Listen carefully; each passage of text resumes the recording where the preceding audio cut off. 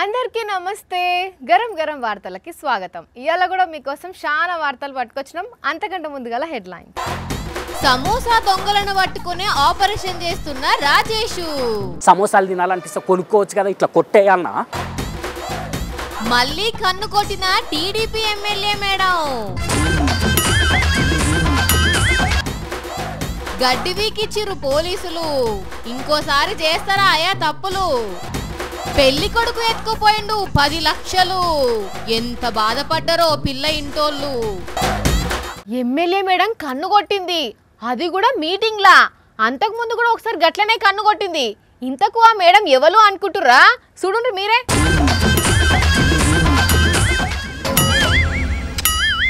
TDP MLA Madhavi Reddy madam sir Madhavi Reddy madam అంతే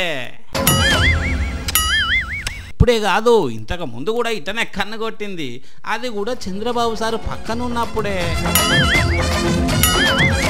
public మీటింగులల్లా madam కన్ను కొట్టి అందరి కళ్ళల్లో పడుతుంది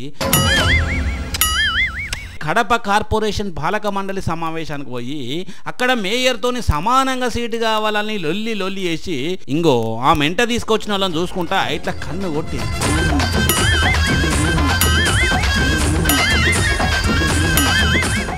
తాగుతే తప్పు లేదు అంగట్లో ఉప్పు లేదు అనుకుంటా బగ్గ తాగినాక బజార్లకు పోయేరు హేహే అవన్నీ మాకు నడవని చెప్తే వినకుండా బండ్లు కార్లేసుకొని పోతిరా అంటే తాగుబోతు సంగమోళ్ళు కూడా కాపాడలేరు పోండ్రి మిమ్ములా ఎందుకంటే చూడుండ్రి మీకే తెలుస్తుంది ఆడుతూ పాడుతూ పని చేస్తుంటే అలుపు సొలుపేమున్నది అనుకుంటా వీళ్ళు ఎంత ముద్దుగా పని చేస్తున్నారో కదా రాగుండ్రి ఈడేదో తిరికాసు నడుస్తున్నట్టున్నది చూస్తే అందరూ మొగోళ్ళే కనబడుతున్నారు చుట్టూ పోలీసులు ఉన్నారు ఏదో లొల్లి.com నడుస్తున్నట్టే ఉన్నది ఈ సార్ ఏమో చెప్తున్నాడు వినండి సార్ ఏంది కథ ఏమైంది వీళ్ళు అంతా గుండు గుత్తగా గడ్డి వీక్తున్నారు ఇదేమన్నా పోలీస్ ట్రైనింగ్ అయ్యింది దొరికిన క్యాండిడేట్ ను కోర్టుకు ఫస్ట్ క్లాస్ అడిషనల్ కోర్టుకు హ్యాండ్ ఓవర్ చేస్తే జడ్జి మేడం గారు వాళ్ళకు ఒక 1 వీక్ పనిష్మెంట్ కింద శుభ్రత గురించి మాతా శిశు సంక్షేమ హాస్పిటల్ కు వారం రోజుల గురించి పనిష్మెంట్ గా పంపించింది ఇన్నరానుల్లా సార్ చెప్పిన ముచ్చట ఈ 27 మంది మహానుభావులు మంచిర్యాలలో తప్పదాగి డ్రంక్ అండ్ డ్రైవ్ లో దొరికినోళ్ళట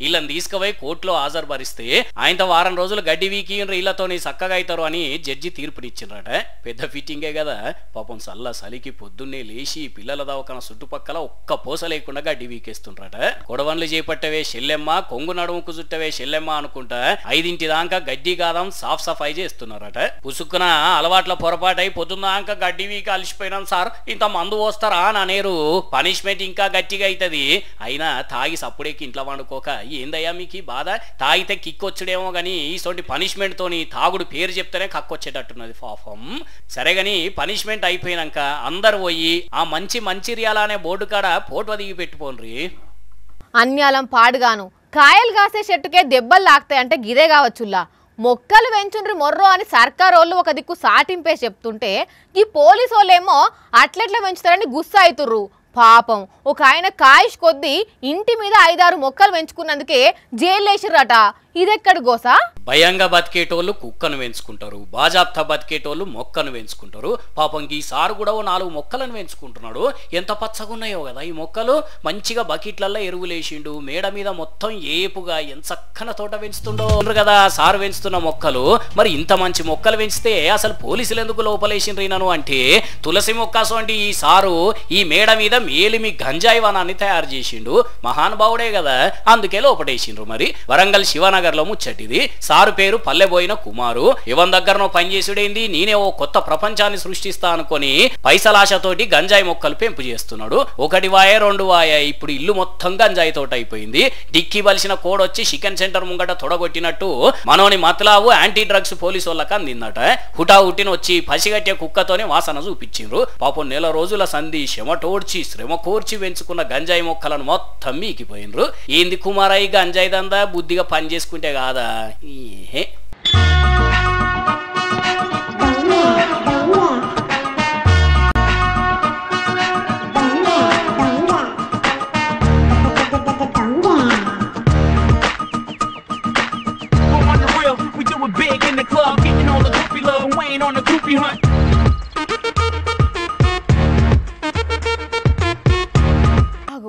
వీడియోడుల్లా రోడ్డు మీద అనుమానాస్పదంగా తిరుగుతున్నాడు వీని అవతారం చూస్తుంటే ఆడోళ్ళ మెడలల్లో గొలుసులు దెంపుకపోయేటోళ్ళు లెక్కనే ఉన్నాడు కదా.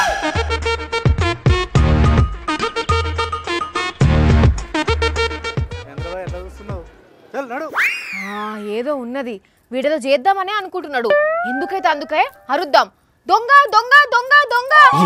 ఏందమ్మా దొంగ దొంగ అని అట్లా అరుస్తావు? దొంగోని దొంగోడా అనకపోతే దొరోడా అనాలరా? దొంగోడా దొంగోడా, ఆ దొంగ దొంగ దొంగ. నేను రాజేష్ని వాణి. ఓరి వారి రాజేష్ నువ్వా? ఏందా దొంగ కోలు గట్టి చేసావు? ఏం చేస్తున్నావాడా? నేను సీరియస్ సమోసా ఆపరేషన్ పని మీద వచ్చిన మఫ్టీలో ఉన్న ఆఫీసర్ని నేను. సైలెన్స్. మురిగిపోయిన ఆలుగడ్డ ముఖం వేసుకొని నువ్వు ఆఫీసర్ వేందిరా? నువ్వు చెప్పుడు సరే, నేను నిన్నుడు సరే. ఎవరి చెవుల సమోసా పెడదాం అనుకుంటున్నావు? నువ్వు జస్ట్ అట్లా చూస్తుండు. ఇవాళ సమోసాల దొంగని దొరకబడతా. సమోసాల ఆలు కుర్మ కదా ఆగకుండా నమిలినట్టు దాన్ని నమిలి వాడిస్తా.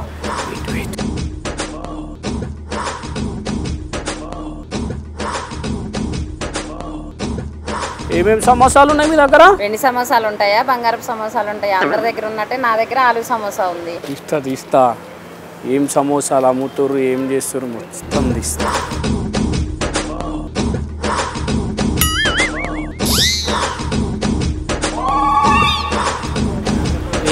అట్లా చూస్తున్నావు, కావాలని కొనుక్కొని తినట్టుగా. అరే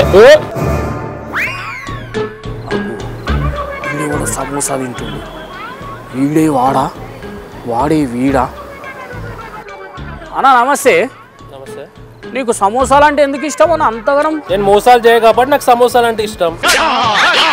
పంచా కాదు సమోసా. మళ్ళీ పంచి. వీడు ఓవర్ యాక్షన్ చూస్తుంది. వీడే ఆ సమోసాల దొంగ అనిపిస్తున్నాడు.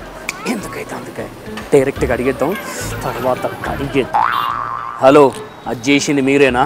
నేను చేసిన సమోసా నేనెందుకు కొనుక్కొని తింటారా? మంచి పని అయిందా? ఏమో మఫ్టీ ఆఫీసర్ అట, మఫ్టీ ఆఫీసర్. అయినా అసలు ఏంది నీ సమోసాల పంచాది? ఓ హిమాచల్ ప్రదేశ్ ముఖ్యమంత్రి సుఖ్వీందర్ సింగ్ సుక్కు సార్ కోసం స్పెషల్ గా సమోసాలు తెప్పిస్తే అవి వాళ్ళు దొబ్బేసినరట. అంటే మరీ చీప్ గా సమోసాల మోసాలేంది? ఇంతకు అట్లెట్లా జరిగింది? అక్టోబర్ 21వ తారీఖు నాడు అక్కడ ఒక మీటింగ్ జరిగిందట. మీటింగ్ జరిగినప్పుడు మరి వచ్చిన విఐపీలకు స్నాక్స్ చేయాలి కదా, అందుకని చెప్పి 3 బాక్సుల సమోసాలు తెప్పించిరట. అందులోకించి ఒక 2 బాక్సులు అక్కడ ఉన్న వాళ్ళకి వంచిరట. ఒక్క బాక్సు మాత్రం మాయమైపోయిందట, ఎవ్వరికి కనిపిస్తలేదు. అందులో ఉన్న సమోసాలు ఎవ్వరు తిన్నారో కూడా అర్థమవుతలేదట. అందుకని దాని మీద సిఐడి దర్యాప్తు చేస్తున్నది. ఒక 5 పోలీసులకు షోకాస్ నోటీసులు కూడా ఇచ్చినరట. ఓర్ని సమోసాల ఆనియను, సమోసాల కోసం సిఐడి ఎంక్వైరా. షారాన కూరకు బారాన మసాలా అన్నట్టు. ఇప్పుడు ఈ సమోసాల ఎంక్వైరీ కోసం ఎంత ఖర్చు అవుతుందో? ఖర్చు మ్యాటర్ కాదు, దొంగోని పట్టుకునుడు మ్యాటర్. అయినా ఉడికిపోయిన ఉల్లిగడ్డ మొక్కపొడి కాకపోతే సమోసాలు తినాలనిపిస్తే కొనుక్కోవచ్చు కదా, ఇట్లా కొట్టేయాలన్నా? అంటే సీఎం సార్ కు తినడానికి ఆ రోజు అందలేదని కోపం చేసిండ ఏమన్నా? అట్లా ఏం లేదు. వాస్తవానికి సారు పానం మంచిగా లేదట. సారు తినకపో ఒకవేళ డబ్బా ఉన్నా కూడా, కానీ అట్లా మిస్ కావద్దు కదా సీఎం కోసం తెప్పించిన సమోసాలు. అందుకని ఆ దొంగను ఎత్తుకోవడానికి పోతున్నా. ఎట్లా గుర్తుపడతావు? సమోసాల దొంగోడు ఎట్లనైనా సమోసాల దుకాణం కాడికే వస్తాడు అనేది నా నమ్మకం. అబ్బో, ఇంతకు తమని స్పెషల్ ఆఫీసర్ గా అపాయింట్మెంట్ చేసింది ఎవరు?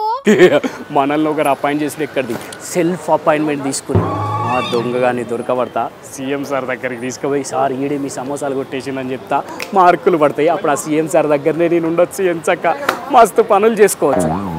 దొరకబడితే ఇక్కడ చాలా మంది సమోసాలు తింటారు.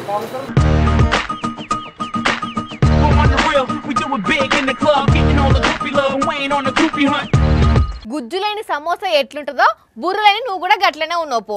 కానీ సీఎం సారు సమోసాలు కూడా దొంగతనం చేస్తారనే మాట ఫస్ట్ టైం విననుల్లా.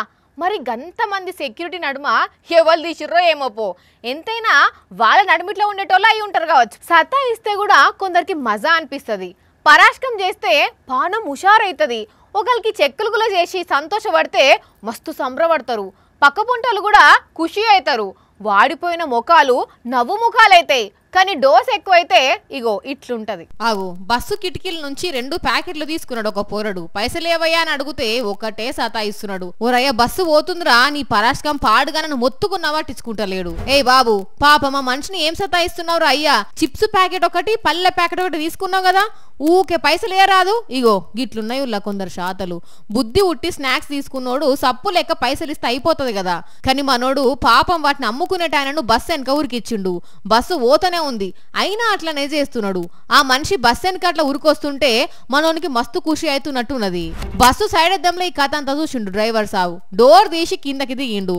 కథలు పడుతున్నావు అనేసరికి దెబ్బకు మనోడు సల్లబడ్డాడు. ఇక ఈ వీడియో సోషల్ మీడియాలో వైరల్ అవుతుంది. నవ్వొచ్చినోళ్ళు కడుపుబ్బ నవ్వుతే కోపం వచ్చినోళ్ళు ఇదేం బుద్ధిరా వారి అని తిడుతున్నారు. భూకంపాలు వచ్చినప్పుడు కూలిపోయిన ఇండ్లను చూసినాం, బాంబులు పెట్టి కూల్ చేసిన ఇండ్లను చూసినాం, వర్షాలు వచ్చినప్పుడు నానిపోయి కూలిన ఇండ్లను కూడా చూసినాం కదా. కానీ ఇప్పుడు మాత్రం మీరు చూడబోయే ఇల్లుకు ఎవ్వరు బాంబులు పెట్టలేదు, కూలగొట్టలేదు, వర్షాలు కూడా వాళ్ళలేదు, అయినా కండ్ల ముంగట్నే కూలిపోయింది. అరే అదేంది అట్లెట్లా కూలిపోయింది అంటే కూలిపోయింది, ఎట్లా కూలిపోయింది అన్నది వార్తలు చెప్పుకుందాం పాండ్రి.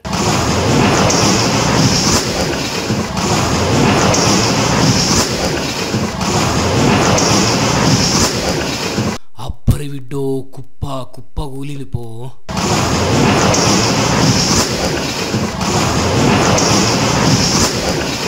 కొడుకా దుబ్బ చూడండి ఎంతగానో వెళ్ళిందో. అప్పట్లో ఇంటికి వాడిన సిమెంట్ అంతా ఇప్పుడు దుబ్బ రూపంలో బయటికి వెళ్ళింది పో. కర్ణాటక రాష్ట్రం కోలార్లో ఉన్న బంగారుపేటలో జరిగింది ఇది. అయినా కూలగొట్టలేదని చెప్పిండ్రు, జనాలంతా దగ్గరుండి కూలేజ్ చూసిండ్రు. ఇంతకి ఏం జరిగింది అసలు ఆడ అంటే, ఒక 2 నెలల కింద ఈ ఇంటిని రెనోవేషన్ చేస్తుంటే చీరికలు వచ్చినాయట. కూలిపోతుందని చాలా మంది చెప్తే నేను గట్టిగా కచ్చినా ఎందుకు కూలుతుంది అని ఓనర్ మొండి పట్టుబట్టినట.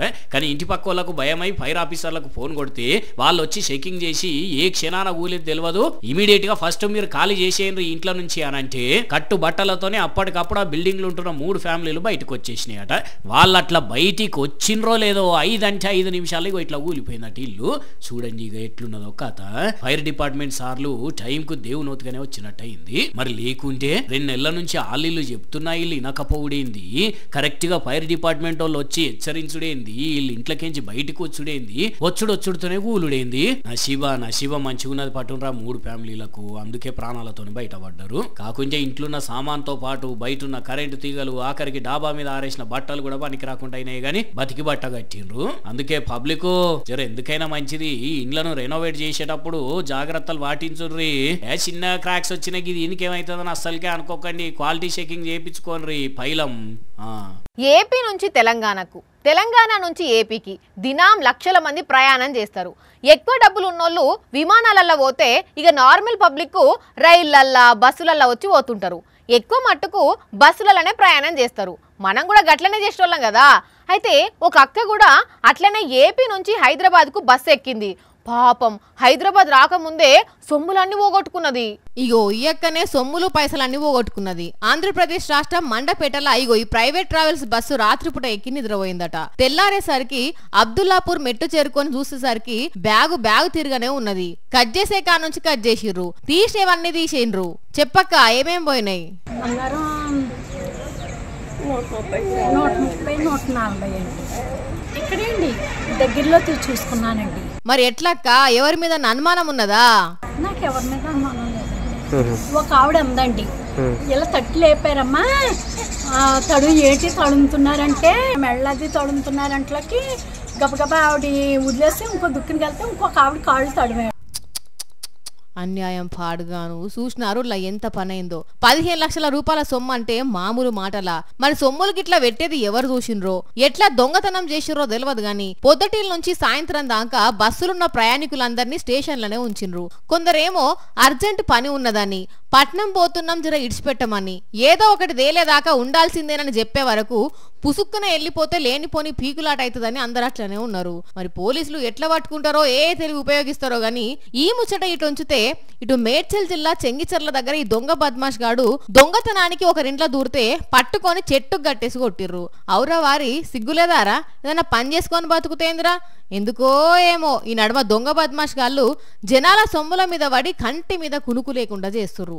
మీరైతే పైలంగా ఉండుర్రి సరేనా? ఏపీ తెలంగాణలో ఏం నడుస్తుందయ్యా అంటే ఒక దిక్కు రంజుగా రాజకీయాలతో పాటు జోరుగా పెళ్లిళ్ళు నడుస్తున్నాయి. అట్లున్నది మరి పెళ్లిళ్ళ సీజన్ కదా. ఇలా ఒక్కరోజే 1000 పెళ్లిళ్ళు అయినాయుల్లా. మీరు కూడా చాలా మంది పెళ్లి భోజనం చేసి వచ్చిర్రు. ఇంకా పోవాల్సిన పెళ్లిళ్లకు సెలవులు ప్రిపేర్ చేసుకుంటారు కదా. అయితే ఇప్పుడు మనం చెప్పుకోబోయేది కూడా పెళ్లి వార్తే, కాకపోతే పెళ్లి ఆగిపోయిన వార్త ఇది. ఇంతకు వార్త ఏంది? పెళ్ళెందుకు ఆగిపోయిందంటే ఈ వార్త చూడాల్సిందే. అక్షరాల 10 లక్షలు 10 లక్షల రూపాయల కట్నం తీసుకొని పెళ్లి ఇంకో 10 గంటల్లో ఉందనంగా పత్తా లేకుండా వారిపోయిండు. ఇక ఈడ ఫోటోలో కనబడుతున్న పెళ్లి డ్రెస్ వేసుకొని ఫోటో దిగిన పెళ్లి కొడుకు పేరు సందీప్. పట్నం మారేడుపల్లిలో ఉంటాడు. కొలువు చేసే దగ్గర అమ్మాయిని ప్రేమిస్తే ఇంటోళ్ళు ఒప్పుకోలేదట. కష్టపడి ఒప్పించి మాట్లాడుకొని ఆగస్టులో వరపూజ చేస్తే 10 లక్షల కట్నం కట్టిరట. మంచిగా పైసలు ఎంజాయ్ చేసిండు. పెళ్లి బట్టలు కూడా కొన్నాడు. మరి ఇంతల్లే ఏం పురుగు తిరిగిందో తెలియదు గాని పత్తా లేకుండా పోయి ఫోన్ స్విచ్ ఆఫ్ చేసిండట. ఇటు పెళ్లి పిల్ల ఫోన్ కొట్టి అత్తమామలు ఫోన్ కొట్టినా కుయ్యి లేదు కాయి లేదట. పిల్లగాని అవ్వాయిలు కూడా సపోర్ట్ చేస్తలేరట. అయినా సక్కదనాల సందీపు ఇదేం బుద్ధయ్యనిది. అవ్వాయిలు ఒప్పుకోకుంటే కష్టపడి ఒప్పిస్తిరి, ఎంగేజ్మెంట్ చేసుకుంట్రి. అనవసరంగా అమ్మాయిని బాధ పెడుతున్నావు కదా. మళ్ళా చూడుండ్రి అసలు ఏం తెలియనట్టే నలుముచ్చినోళ్ళ లెక్క ఎట్లా ఉన్నాడో. అసలు ఎవ్వరైనా నమ్ముతారా ఇట్లా పారిపోయిందంటే? ఇట్లుంటారు కొందరు, ఏం చేస్తాం. చూసారు కదా, ఇవి ఇవాల్టి గరం గరం వార్తలు. మళ్ళొచ్చే ఎపిసోడ్లో ఇంకిన్ని గరం గరం వార్తలతో కలుద్దాం. మన టైం అయితే గుర్తుకున్నది కదా, రాత్రి 8:30కు, మళ్ళీ పొద్దుగాల 8:30కు. మర్చిపోకుండా చూడుండ్రి. టాటా.